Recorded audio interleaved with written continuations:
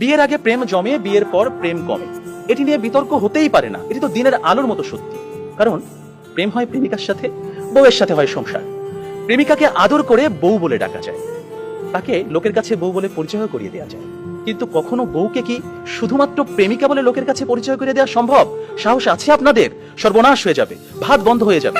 সুতরাং বিয়ে নামক একটি ঘটনার পর প্রেমিকাই থাকে না। যেখানে প্রেমিকাই থাকে না, সেখানে প্রেম জমবে কিভাবে? সেখানে প্রেম কমবে, প্রেম হারিয়ে যাবে। আবার প্রেমিকের দেয়া 2 পয়সার আলতা, কাঁচের চুড়ি কিংবা সস্তায় কেনা শাড়ি, এগুলো প্রেমের সময় প্রেমিকার কাছে থাকে আদরের, থাকে ভালোবাসার, থাকে যত্নের। কিন্তু বিয়ের পর বউয়ের কাছে এগুলো হয়ে যায় চোখের বিষ। একজন সত্যিকারের প্রেমিকের প্রেমের উপন্যাসে বিয়েই কখনো শেষ পৃষ্ঠা হয় না। কারণ তারা জানে কোনো কোনো প্রেম না পাওয়াতেই পূর্ণতা খুঁজে পায়। তাই পৃথিবীর শত গল্প, কবিতা, উপন্যাসে প্রেমকে সাজানো হয়েছে না পাওয়ার বেদনায়। আর এজন্যই প্রেমটা আসলে বিয়ের আগেই, অর্থাৎ না পাওয়াতেই জমে। তাই অবশেষে আমি বলতে চাই, আমি যদি তোমাকে পাই তাহলে বিয়ের পর আমি হয়ে যাব দায়িত্বশীল পুরুষ। বিয়ের আগে যেমন ছিলাম লুতুপুতু প্রেমিক, যেমন ছিলাম আবেগী প্রেমিক, বিয়ের পর হয়ে উঠবো আমি দায়িত্বশীল পুরুষ। কারণ আমি জানি বিয়ের পর দায়িত্ববাদ দিয়ে প্রেম জমাতে গেলে সংসার টিকবে না। আমি পুরুষ, আমি রাখবো তোমায় বাহুডোরে, কখনো ভালোবাসার আদরে, আবেগী প্রেমিক হয়ে, কখনো বা স্বামীর দায়িত্বে। যেভাবে কবি বলেছেন, সাজিয়ে গুছিয়ে তবুও ঠিক কাব্য করে বলা গেল না।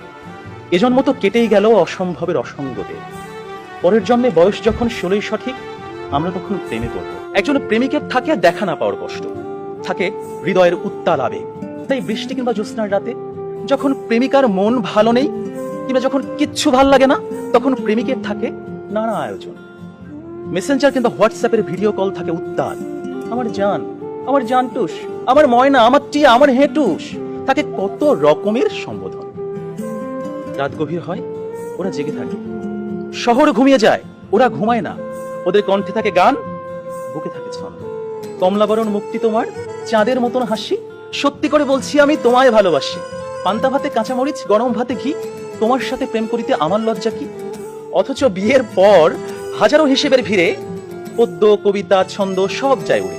আপনারাই বলুন, এইভাবে কি কখনো প্রেম জমে? বিয়ে নামক একটা ঠুনকো শব্দ কখনোই কিন্তু প্রেমের বিশালতায় বাধা হতে পারে না। বরং প্রেম হচ্ছে সেই অস্তিত্ব যেখানে প্রেমিক মন জানে, জন্ম জন্মান্তরে তুমি আমার।